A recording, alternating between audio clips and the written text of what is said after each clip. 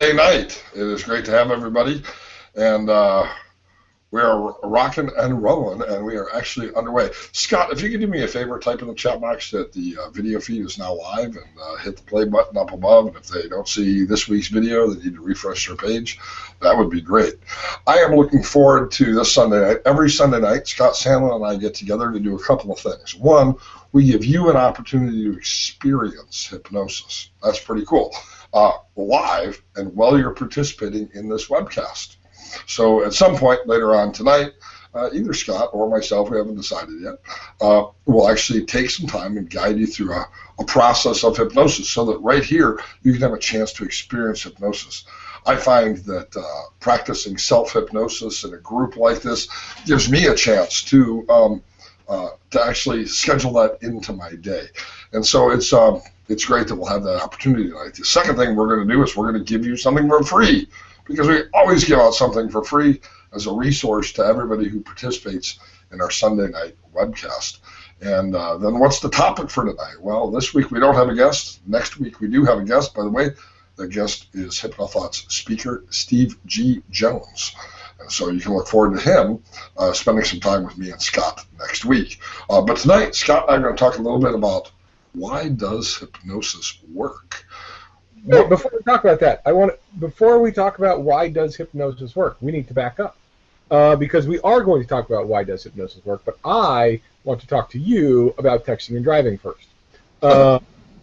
Because people need to understand a few things. Number one, Richard contacted me a little while ago, I mean, a week or so ago, maybe a little longer than that, about texting and driving, and we were talking about it. And he and I talk on the phone while we're driving all the time. That's talking with Bluetooth and all that.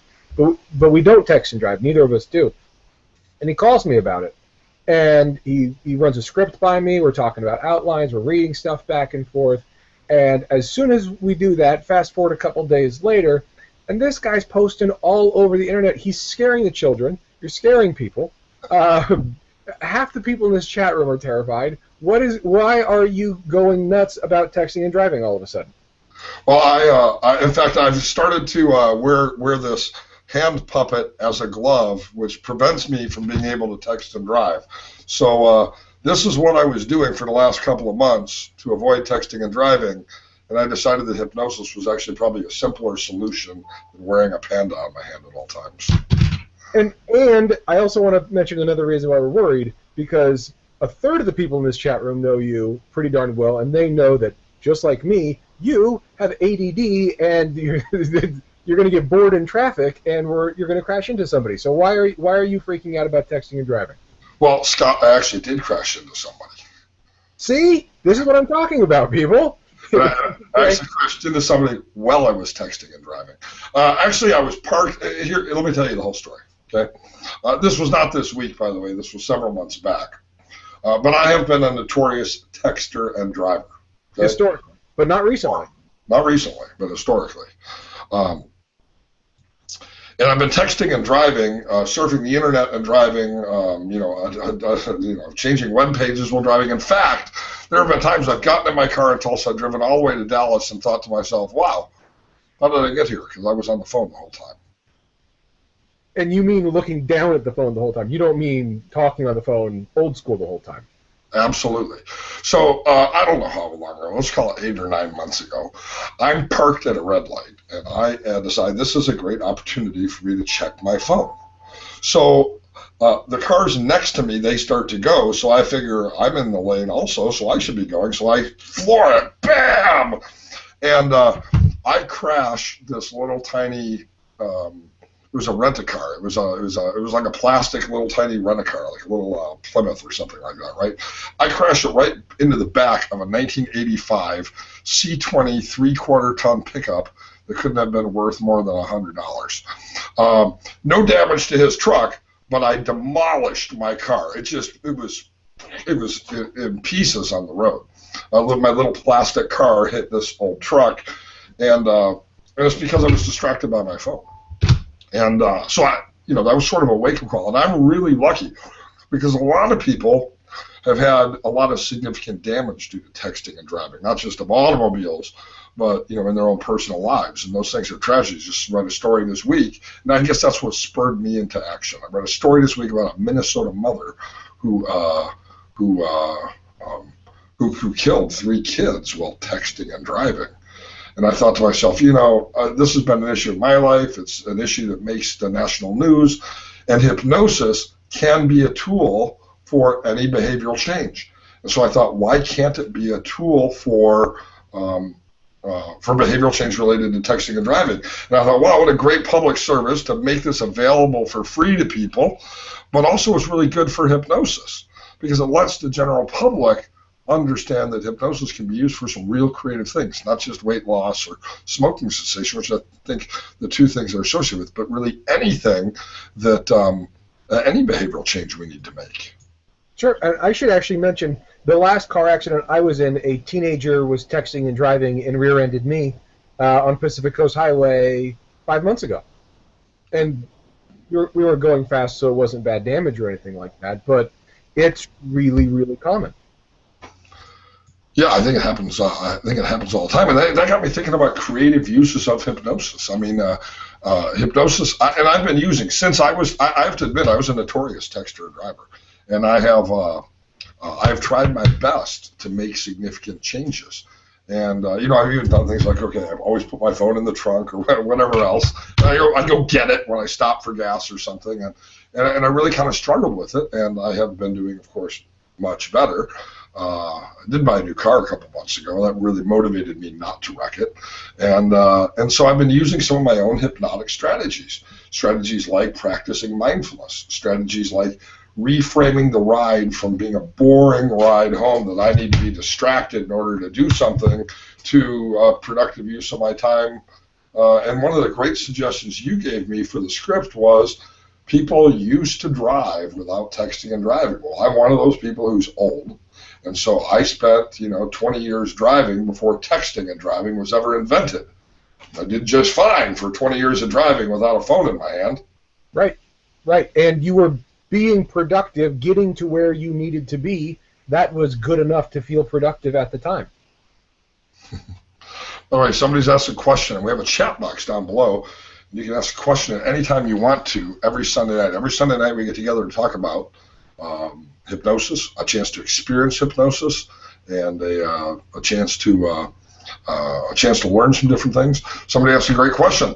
How can I actually tell it's this week on YouTube? Can you put a newspaper behind you, just like a kidnapping, or maybe point to a calendar in today's date? Well, if you look at the very top of the video screen, hover your mouse over it, it will say Sunday Live 3-8-2015.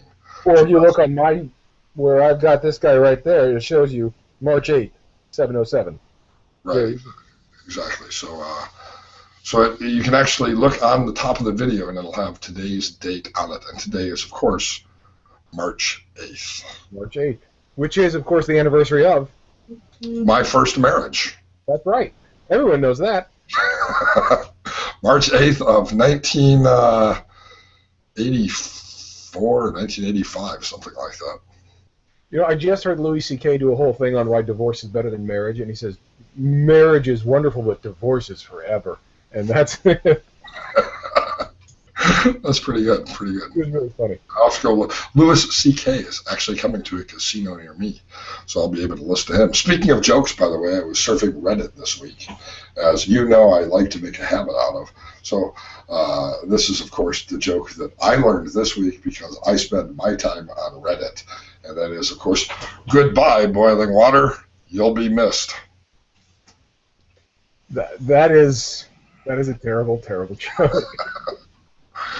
So, Scott, what are some creative uses for hypnosis? I mean, we can use hypnosis for smoking cessation and weight loss, but what have you used hypnosis for, either in your own life or with clients, that you consider sort of outside of the box? I don't think most people would associate hypnosis with texting and driving, but in a little while, we're actually going to take a look at that script and talk a little bit about some of the suggestions on why does hypnosis work and why can't it be used for these things. What are some creative uses of hypnosis that you've used in your own life with clients? A couple. I mean, one I don't think is that novel. It's helping people to stop grinding their teeth. Hypnotists who've talked to me think of it, because we've heard of it before, but most general public don't think of it at all. So I think it's a really wonderful thing because most people are doing it while they're asleep. But when you talk about unusual stuff, one of the things that I really like hypnosis for is positive and negative hallucinations. Starting in pain control, obviously kinesthetic negative hallucinations make sense. But you can also do positive hallucinations. I've worked with people who lost their sense of smell or lost their sense of taste. I had one client who lost their sense of smell. There was that Zantac nose stuff that people were using, or Zicam, that's what it's called, Zicam. They were using these Zicam nose swabs, and some people were losing their sense of smell from that. Or due to radiation and chemo for throat cancer, they lose their sense of taste. I can hypnotize those people to hallucinate the smell and taste of the food so they can enjoy them again. So I think that's a very obscure use. But you can talk about, just generic behaviors. Getting people to go to the gym more often, lift weights heavier, clean their house more. When we talk about behavioral change, what if the cleaner your house gets, the more proud you are, the more peaceful you feel, the more excited you are? I did that one to my sister before a holiday one year when I was in college, and she was running around my parents' house cleaning the thing, and my parents were like, this is kind of useful. And about an hour later, she was still cleaning, and they said, this is a little creepy and mildly invasive. You have an empty trash can because it's worked on you? Well, it has worked on me, but you've just given me the suggestion, and so while you continue to talk, I'm going to clean up my office a bit here. Perfect. So that's waking hypnosis in action right there, or maybe just an implied suggestion. Hypnotizing someone too, the more you clean, the better you feel, the more motivated you are to clean. It's an endless loop of positive reinforcement. So things like that, I think, are really good. What kind of, let's start with behavioral, but other stuff as well. What other uses are you using it for? Somebody called me once, and this was a pretty interesting case. He called me up and said, hey, I have like $30,000, and I've lost it. I said, what do you mean you lost it? He said, well, I've lost it, and I can't find the bag of money. Now, I'm thinking to myself, if I have a bag of $30,000, I'm not going to lose it. He said, I'm wondering if hypnosis could help me find my lost money. I said, well, you're going to have to tell me a little bit more about this. So it turns out the guy apparently lives in a house that he's lived in since 1954. It was his mother's house. His mother died. He inherited the house. And apparently this could be an episode of Hoarders, because everything the guy's ever owned since 1954, apparently he still owns. He received $30,000 in cash as part of a, the guy was a little odd, and it was actually an insurance settlement of some type, and he got the $30,000 and he actually got it in cash. I don't know, took the check to the bank or something. Maybe he didn't have a bank account or something. And so he put the money in a bag, and his daughter apparently knew about the money, right? Mm-hmm. And his adult daughter. And his adult daughter apparently wasn't really good with money, and so he saw that she was coming, and he took the money and he shoved it somewhere in the house. He hid it from her, and then he couldn't remember where he put the money. Oh, that's There's an actual client who really called me up on the phone and wanted me to hypnotize him to help him find the money in his house. He said to me, by the way, and if this works, I'm giving you $1,000, not just whatever it is that I normally pay you. By the way, well, that was really appealing to me. I don't work on a contingency fee. I'm not an attorney. I don't play one on TV, and I have business ethics. And I actually told him this. I said, well, I have a better idea for you.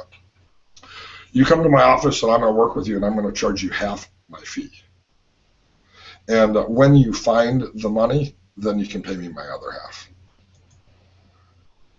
So I did. I worked with him, and I helped him to find the money, and I didn't go back and do sort of repressed memory work. It wasn't really like that. It was really just about creating a sense of relaxation, a place where he could set aside the stress, obviously, that his family was bringing him and the changes that had taken place and all kinds of different things, and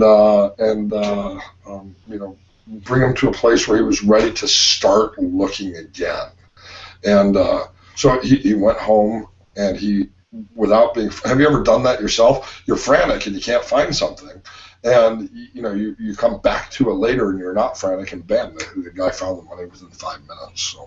So you get into that whole like state-dependent memory stuff, and there's good biochemistry science behind why that's happening. And I've worked with a couple of clients for that as well, and I think what you just said is important to point out, because a lot of people think, oh, hypnosis for finding and recalling, that means we've got to get them to, I'm going to snap my fingers. When I snap my fingers, the memory's going to come back, and we have to create a pressure situation which actually gets in the way of the client being calm and able to remember again. So when, with the example Richard just gave, or when I'm seeing clients, or probably some of you in the chat or watching this as a recording, already know, but it's always worth mentioning.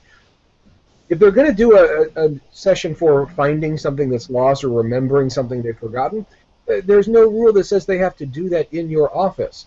Richard gave that person space, calm, and freedom so that those things could help them to be, the client could be relaxed. The relaxed, you remember better. Simple, straightforward, but when you talk about application, I think a lot of hypnotists want to go for, remember in the room, make this a dramatic, eternal, direct suggestion type thing. And there's a little bit more elegance and confidence in the way Richard just did that. So the confidence of Richard being able to say, just go and you're going to go find it, there's a lot to be said for the client's outcome based on just that action. Yeah, expectation in hypnotherapy. I mean, I always tell people that, they're going to accomplish their goals. Why? Because then they accomplish their goals. By the way, a couple things. We've talked about that texting and driving MP3, and right above the video, there's actually a link. It's a little banner ad and has a picture of me and Scott, and it said, End Texting and Driving Hypnosis, a free professional script and complete MP3. So you can click that little image above the video, and you can actually get a copy of both the MP3 recording of me and the script. And some of you earlier on some of my other web pages actually saw it floating around and accessed it. What you accessed earlier was the Hypnosis MP3, because that's sort of what I've made available to the public. I've not made the script available to the public. But I thought you all, as participants in our Sunday Night Live, would probably really benefit from having the printable written script. So the link above is sort of a unique little link from what I had on Facebook earlier this week. And you can feel free to share it with others as well, but I figure primarily hypnotists are interested in it. And so it is the script and the complete MP3. So if it's my script and my voice, why is Scott's picture on there?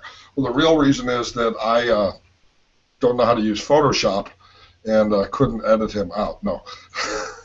The real reason why is because last week I called Scott and said, okay, I've come up with the script. I want you to look at the script, read the script. I want you to give me your ideas and your feedback. So even though it's my voice and my recording and my background music, it's actually a collaboration between the great Scott Sandland and myself, and his suggestions were awesome. So let's talk a little bit about it. By the way, you can access that free up there now or later, whatever you want to do. It'll be there all week long, that banner, so there's plenty of time to get it. Let's talk a little bit about that script. Okay, I came up with let's talk about why does hypnosis work. All right. By the way, Scott, let me just ask you an open-ended question. I mean, in regards to all hypnosis sessions. So you mean I'm going to come and you're going to talk at me while I'm asleep, and then I'm going to change? How does that work?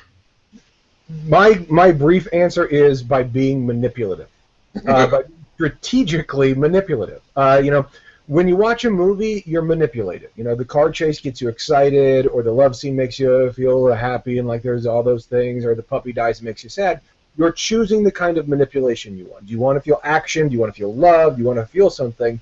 Because we do everything based on how we're going to feel. And so when you come see me, my job is to figure out through our interaction at the beginning and talking how you and I can work together to come up with what will manipulate you into doing what you wish you were doing already. So that means when we're talking about how to set up hypnotic suggestions, they need to be influential, they need to be emotionally charged, and they need to be benefits oriented. Okay, so in this script for texting and driving, and again, you don't have to access it now, you can access it later, but you gave me some improvements, and I had come up with a couple different things. One was make driving a meditation so that it's relaxing and not stressful, okay? I came up with some suggestions related to changing behavior patterns. I used affirmations because self-talk, we know, is an effective tool at making some changes. And I used in the script, and by the way I organized the script so people could learn from it was both indirect suggestions as well as direct suggestions, post-hypnotic suggestions. I kind of broke it out in the script. So it's actually a real useful tool that you can actually apply to any behavior. But you gave me some improvements. What were some of those improvements? What were some of the things you suggested? And why? I don't remember that. I don't remember the suggestions I gave you. That was a long time ago now. You can go to our Facebook chat and you could look. One of the suggestions that you gave me, Scott, was to include the line in there that you used to drive without texting and driving. Right. I thought that was really profound. And I have to admit, while I was around driving today, I did not do one of the things I suggested in my script was put the phone on silent or put it on airplane mode, flip it over instead of right side up so the light's not flashing at you.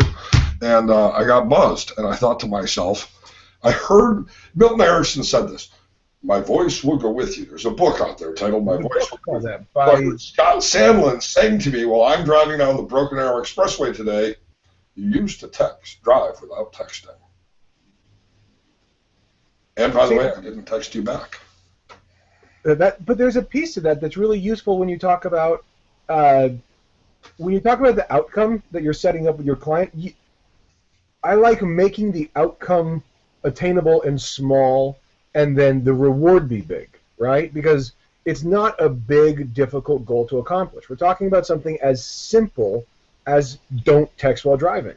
That's easier than texting while driving, right? So I'm not asking you to do something difficult. I'm asking you to do something easy that you've already proven you're more than capable of doing.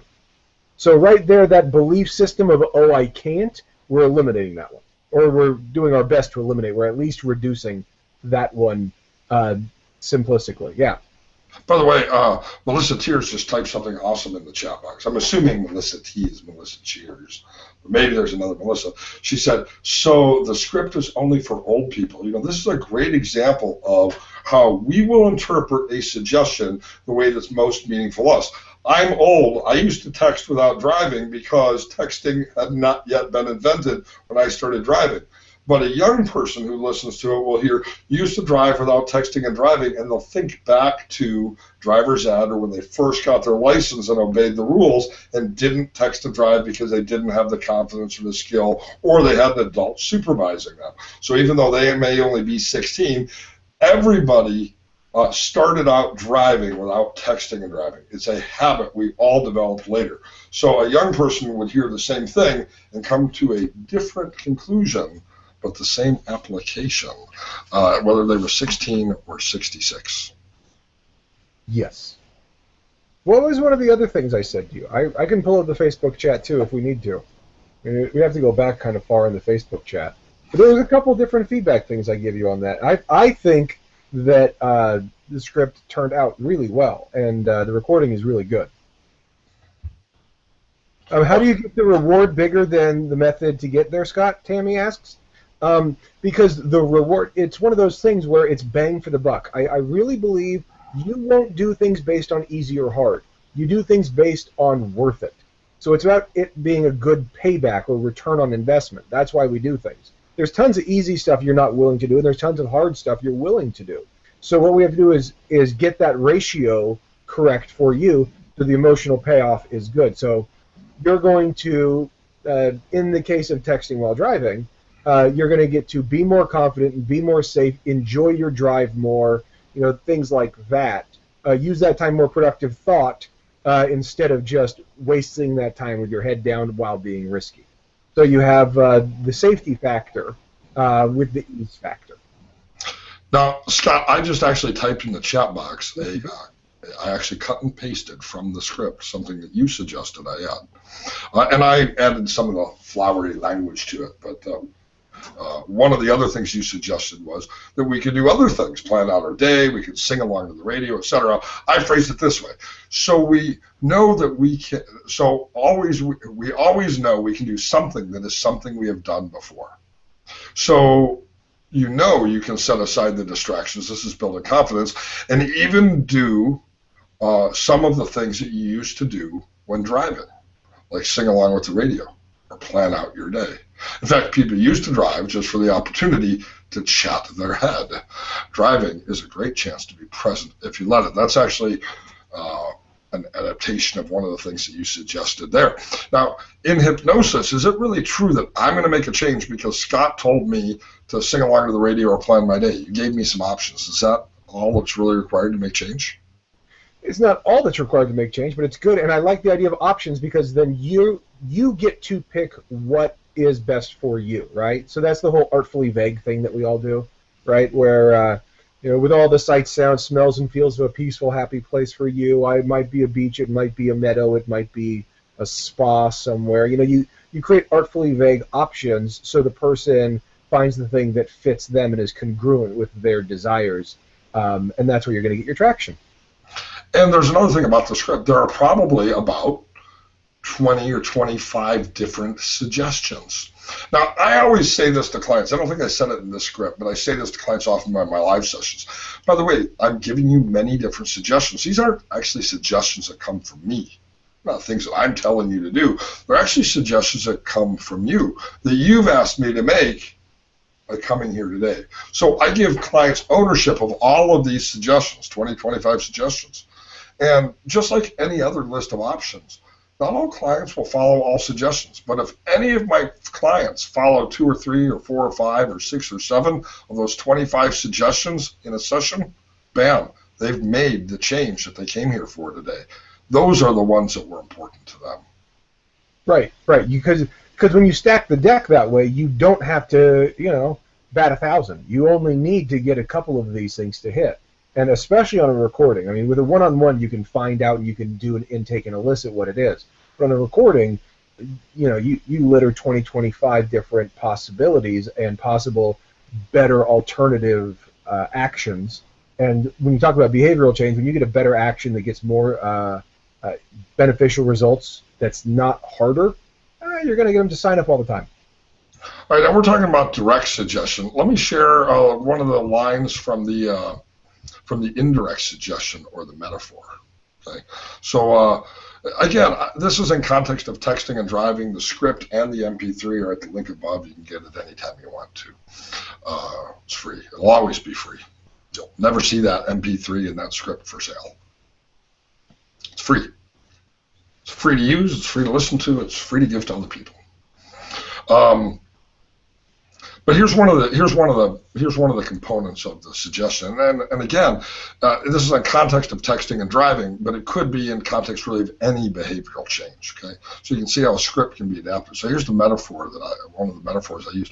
Hypnosis is in many ways not unlike untying the knots in an old shoelace. And this is what a metaphor is. It's something that our mind relates to something else. Even when the knots are tough, we know that with the right light, the right attention, and perhaps a tool such as a paperclip or a small knife to create an opening between the tight laces, they'll begin to unravel and eventually become loose and usable in a way that better suits us.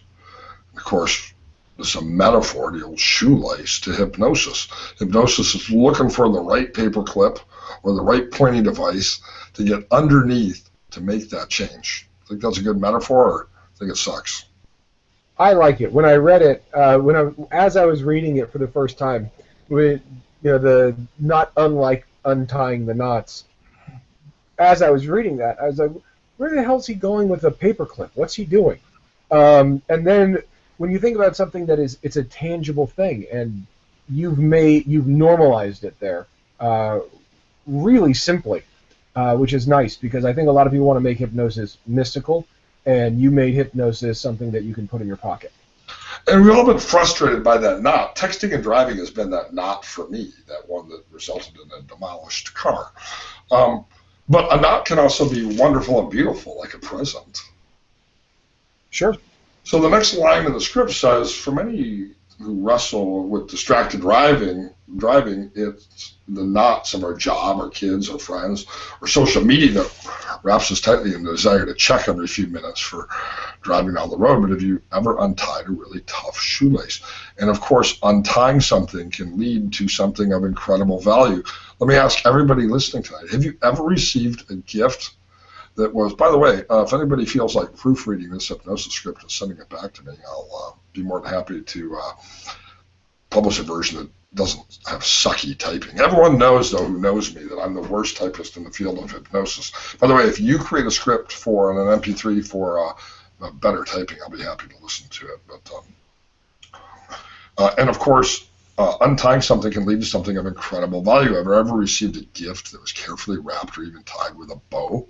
By untying that bow and opening the paper, you're surprised at joy what you are surprised and joy what was inside made you feel happy. I'm really decided that you've decided to give yourself a gift today of learning something new and giving that gift of life to your family, friends, and other people who are on the road. So we took that metaphor and we really extended it. So the idea behind metaphor in therapy is that our subconscious mind will attach the meaning that's important to it. We have an opportunity to overcome difficulties. We bring it back to something we've related to before because we've all opened a gift. And now by applying the direct suggestions that are below, wow, I'm actually receiving a gift. So this script that Scott helped me with is actually a pretty good script, and if somebody wants to help me with proofreading it, that would be awesome. And Linda asked, is this, where did it go? She said, is this a good script for people who would never text and drive? I think it'd be a good learning tool, and just kind of checking out. I always think it's nice to listen to another hypnotist's work or read another hypnotist's work. So in terms of that, absolutely. I think most of the suggestions are pretty targeted, but for you as a practitioner to be able to extrapolate this out for generic behavioral change or other ideas that you could have for clients, definitely. And in fact, it reminds me of another interesting application of hypnosis. This was about 10 years ago, maybe 12 years ago. I was at a hypnosis conference at the IMDHA up in Michigan, and Zoilita Grant was giving a talk on mind over menopause. And I went to the talk. And I was the only male in the room, and I was the only person under 40 in the room. So I'm like this 20-year-old boy in the room listening to a discussion on menopause. And people were saying, you know, this is the menopause class, right? And I was like, yeah, of course I do. That's why I'm here. And they said, what do you mean? And I said, look, this is the best opportunity for me to learn how to help people with menopause because I don't see very many opportunities for me to understand this outside of this room in terms of what I should be doing next. So I'm not going to get personal experience, but if I can get a room full of people who understand my education, this is where to do it. And then people understood what the hell I was doing there. But I think, you know, with the stuff we're giving away, like we're giving away some of my stuff sometimes, some of Richard's stuff, sometimes the guest is giving us stuff, I always think it's worth getting. I mean, free stuff is always worth getting, but it's always worth listening to how another practitioner approaches this stuff because it makes you more versatile, and sometimes it's just fun. So there's my answer. You know, I love listening to hypnosis MP3s because the easiest way for me to learn hypnosis is to experience hypnosis, and you know, I mean, that's what got me was hypnosis cassettes back in the day that got me really interested in hypnosis. And so I just love, you know, listening to other people's stuff because it gives me a chance to learn hypnosis, whether it's language patterns or how to structure suggestions or other things as well. By the way, next week we have a guest. And our Speaking of free stuff. Speaking of A, free stuff, and B, weird uses of hypnosis. Scott, why don't you tell us who our guest is next week and why that's going to be interesting? Next week, we have a guest who has a larger library of hypnotic suggestions and recordings and products than maybe any two other hypnotists on Earth. It's Steve G. Jones. If you don't know who that is, turn on the Bravo TV network for a little while. He might come up. He does a lot of TV stuff. He does a lot of online sales. He has a ton of products for a wide variety of things, and he's coming to speak at HypnoThoughts Live this year. Steve, I've known for a little while. I think, Richard, you've known him quite a bit longer than I have, and he's a fun guy. And he's recently kind of reached back out to a group of hypnotists and said, "Hey, I want to play too. You know, I've been busy in my business, and I've been working with my clients and products and doing all that stuff, and I want to get back into sharing and playing." And so we got Steve G. Jones coming next week, and he's going to be giving away some free stuff. So if you want to hear the way he's doing it, there you go. Yeah, he's got hundreds of weird topics on his webpage here. But one of my favorites is hypnosis to avoid being a drama magnet. So, so there you go. Be young at heart. That's probably one I could use in my own life. And so lots of sort of esoteric and different uses of hypnosis. That should be an interesting discussion. Every Sunday night we get together for the purpose of answering questions about hypnosis, sharing hypnosis, and all things hypnotic, NLP, and life coaching. Also, to give something away, right above here is the free script and the free MP3 that you can access. And also a chance for you to experience hypnosis. Now, you have right above here a 20-some minute MP3 of me guiding you through a hypnosis session. So since you're about to listen to me, and so Scott and I did a joint session last week, I'm going to let Scott close tonight with a short hypnotic experience for us. And so, Scott, if you would, take it away and guide us through a chance to experience hypnosis right here during this Sunday live presentation. Absolutely. And before I do, Girk Dentley mentioned the stage show schedule for HypnoThoughts Live was posted today. That's true.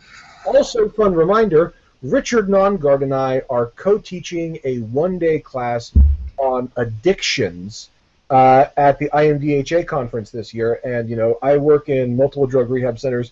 Richard's been a chemical dependency counselor and worked with people in that for years. And talking about all those things and how to get into those centers and programs and help a lot of people who really need it.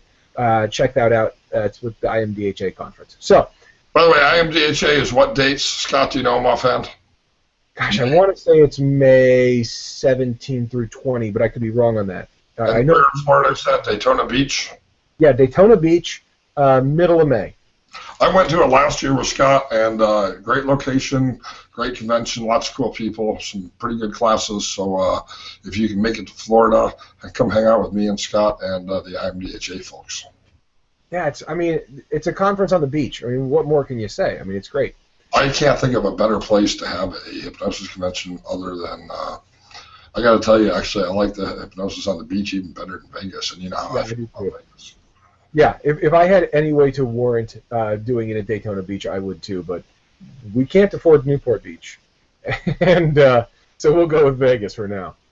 All right, Scott, drive us through a hypnosis experience tonight. Yeah. All right, everybody, go ahead. Get comfortable. Take a second. Find a comfortable place. Get balanced. Get all that. And now go ahead and just take a deep breath, and as you exhale, close your eyes. And just take another comfortable breath in and out. And just find a rhythm, a cadence that's comfortable for you. Because as you do, you'll find that physical relaxation that's associated with that comfortable rate of breathing.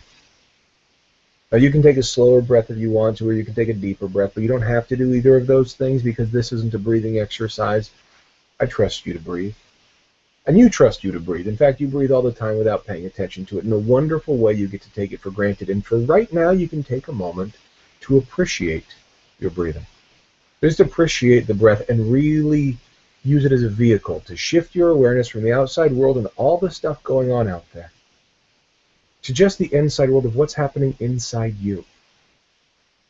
Just what's going on inside you.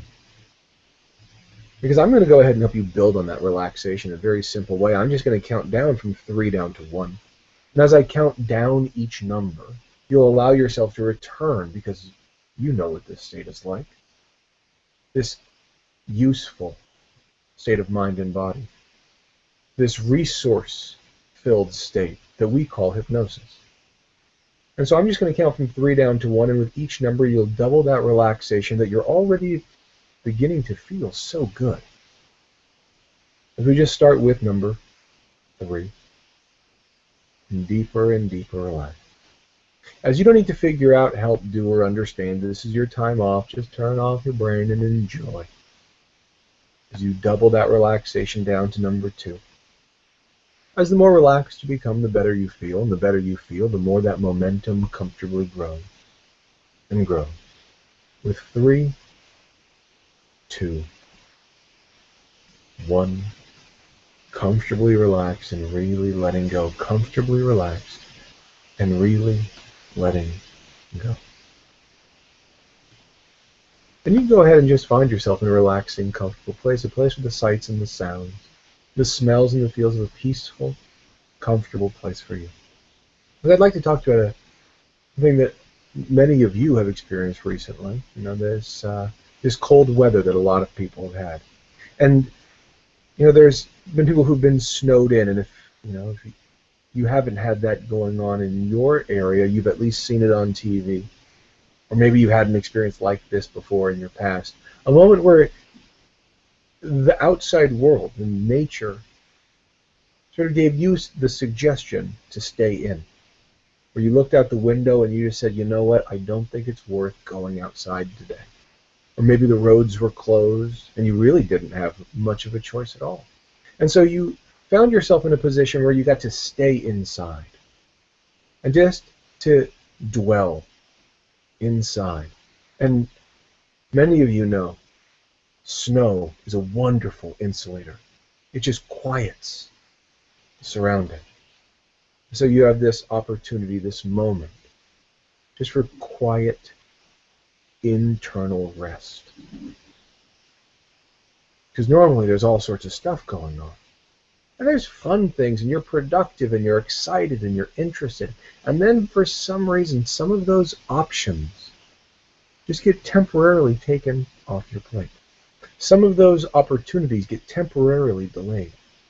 And you find yourself in an opportunity to rest, to reflect, to read. Maybe you get to have a wonderful conversation, or just cuddle up cozy with a book. That's a nice moment. You just get to find that quiet, deep rest. And you can find that same feeling within yourself right now. That feeling that is the true meaning of the word home. This place where you are safe. This place where you belong. And you can find that quiet stillness, a tranquility at the center of who you are. And you can allow that to grow. And you can take just a few moments to nurture that, to foster that, and to allow it to rest and recover, to repair and prepare. Because as we all know, the snow days don't last forever, and spring is always an inevitability. It is just around the corner.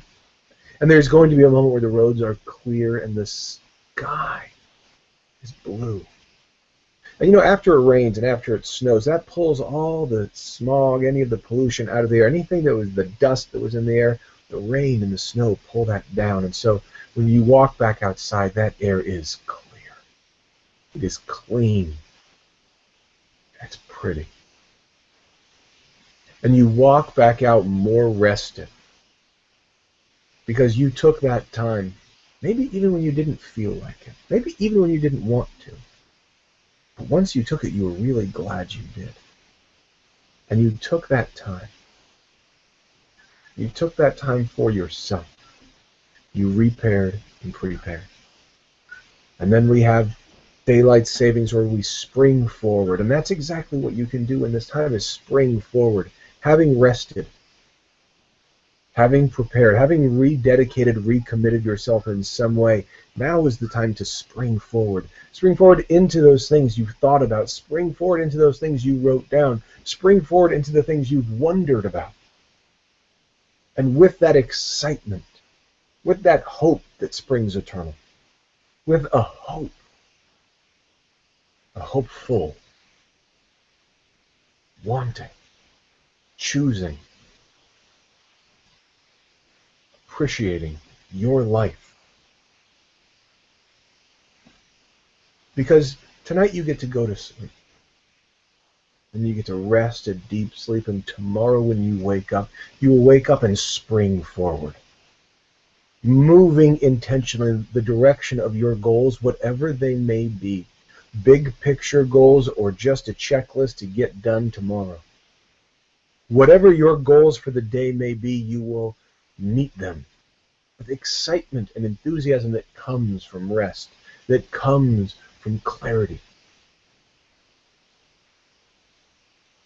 And as you find that, as you enjoy that, you get to enjoy the process of succeeding as well as the success itself.